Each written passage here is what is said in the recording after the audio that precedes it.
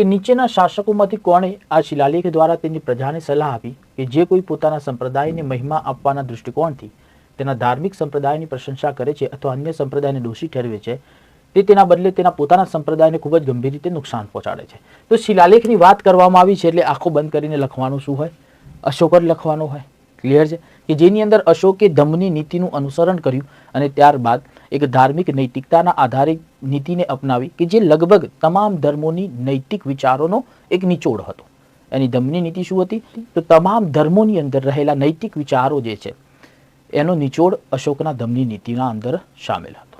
કૃષ્ણદેવરાયના દરબારમાં કયા વિદેશી યાત્રી આવ્યા હતા?